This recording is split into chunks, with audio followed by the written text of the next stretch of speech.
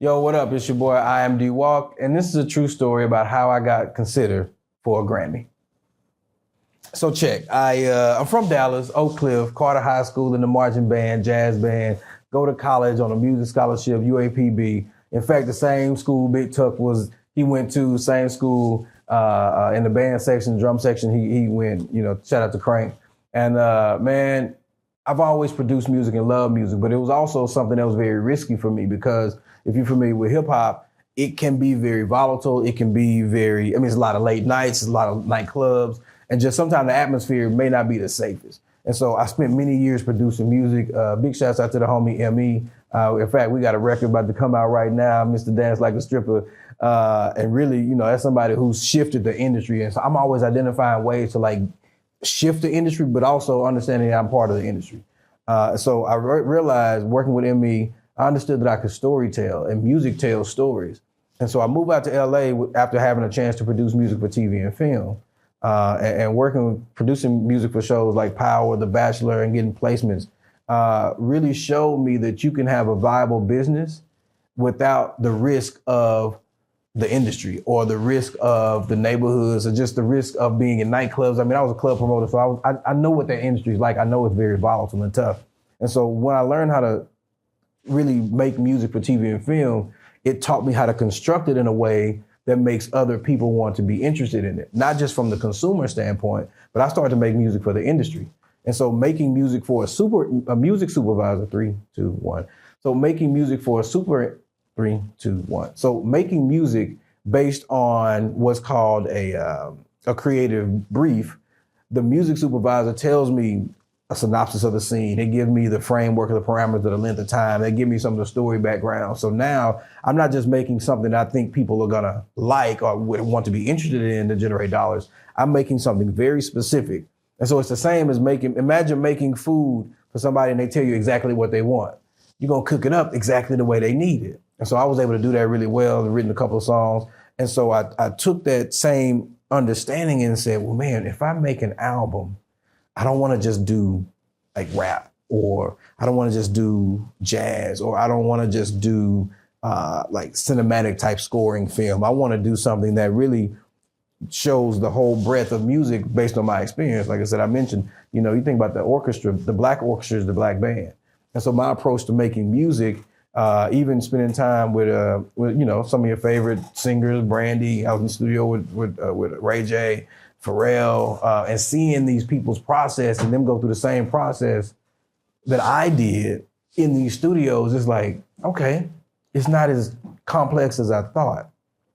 So pandemic happened, come back to Dallas for a minute, and I'm seeing like hip hop take a change, take a shift. And so, man, really honest, when Takeoff got killed, I really saw it as a symbol of where we were with hip hop and where we were with music. Is like, there's something in the music. There's something in the sound that's not pure to the intention of where it started, what's happening. So at that same time, I'm writing poetry. I'm just writing poetry. And for me, writing has been core and central to what I do because as a business person working in marketing, communication, it's all centered around writing. I got a creative brief about what song to produce because someone wrote it. And so I really deconstructed, man, if I could write a chorus, if I could write a song, I can write a play. If I can write a play, I can write a script. And if I can do a script, I can do something for theater and television and film. And so writing poetry for me became an opportunity to tell very, very concise stories, but also share history and connect with people in a way where the history will connect with the present time, and it creates a whole synergy. And so I'm going and I'm going to the studio, I'm performing live. And mind you, I used to host open mics back in the day at Heroes off Greenville. I used to host open mics. Big shouts out to comedian Q. And then coming to a space where now I'm the artist. It's very challenging. So going to perform, going to open mics, Black Canvas, going to not the Profit Bar no more, but going to the Free Man. Big shouts out to RC and Ruben over there. And so I saw this opportunity to like make an impact with people because I know storytelling is always going to connect. Hip hop is about storytelling. Making documentaries, videos about storytelling. So how can I tell a story that's cool, that's concise, and that people will be interested in? Spoken word was it. Then I saw, how do I get the most critically recognized and acclaimed people to listen to it in the industry. And this is on the heels of me going back and forth to LA, going to the shows at the Pendry with my guy Adam Blackstone, who's the MD for the past Super Bowls, and like being able to experience watching Chloe Bailey in this small setting, or Stevie Wonder show up, or Dr. Dre there, or Johnny Gill. I mean, and it's not just name dropping, but just being in a space where I'm seeing these people do the thing that I love to do, and they're just literally having fun. And so I come back and say, man, let me figure out how to get my people who I hang out with the most, because I lived in LA and spent time in Hollywood. How do I get my people to listen? Let me shoot for a Grammy. Go online, look, spoken word is a category. Oh, this is the second year.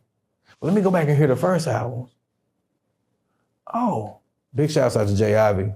Like, I know I could do this.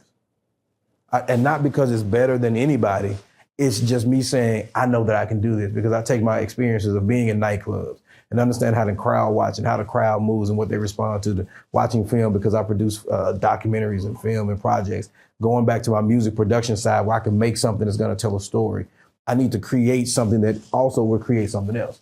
And so I saw the opportunity, called up my partner, Anderson Music Group, my guy Jonathan, gave him a call and said, hey man, I don't know if you plan to win a Grammy this year, but you down? He's like, I'm not opposed, what you got? And so he was in Dallas for the Kirk show. We met up in Irving, and I let him hear a couple of tracks. He's like, turn the phone over. He's like, say no more. Let's do this. And this was what, May? I think that was the end of May, before the end of August. August 29th, I think was so the end, 3, 2, 1. So at the end of August was when the Grammys were supposed to be due to be turned in. Keep in mind, I was maybe 1/3 of the way through my album. I hadn't finished it. And so it took about a month and a half, 2 months to complete an album. Big shouts out to everybody who contributed and joined in on the album. But I've got everything from jazz, I've got classic hip hop, I've got cinematic scores on there. I've got some blues on there. I've got some rants. I mean, even to have the Dallas Morning News to talk about it and say that it is this album is an ode to legacy. It just talks about the impact of the storytelling and the history that I connect with through this medium of storytelling and story sharing.